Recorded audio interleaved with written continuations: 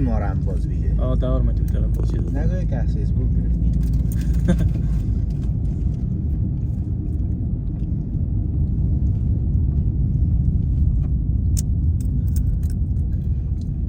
مگه صدا باز پیش رفته آده ایشو نمیگی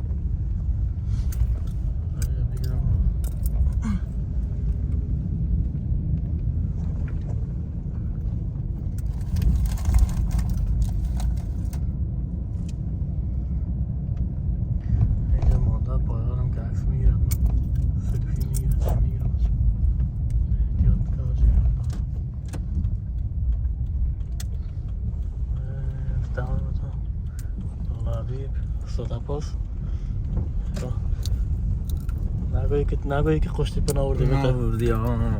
ما هر روز میایم ما هر روز میایم تو دلت نمانه از ما یک قدم راه دامو تو که میگی یعنی ما نگوی افغانستان ما جور نشه نگوی که افغانستان اکنان جویک ندارم جویک هست سری جویک شما سری خودم عیده میکنید جویک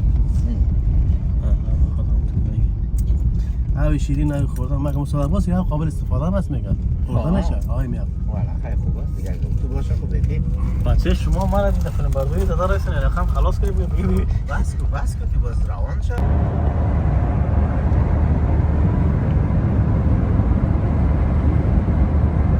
همین بال اینا که اونجا رفتنه از ما کده اینا خوب است چی خوب است میفهمی؟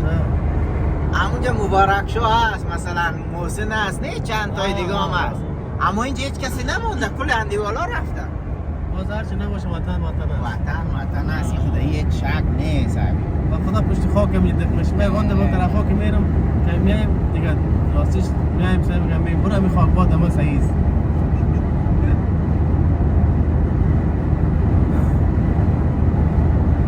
من همیو لبی فکر نمیکنم که من از اینجا در بیرون تا آورده بدانم چطور؟ باور کن راست حساب نمیدونم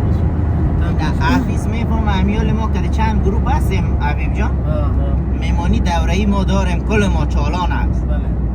نفهمیدی همیشه میمانی دوره‌ای ما هست هفته یک بار این همین ناس حبیب جان که رنجگولی میشه بله همین دو گروپ هست میفهمی چیز یک چیز میگه بکنه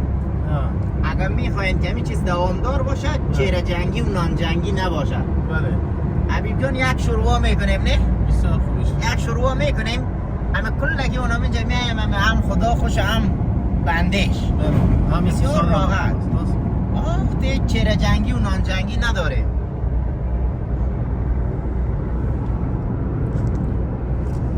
خود قواره جنگی که شب باز دیگه باز خراب میشه مثلا در بین ما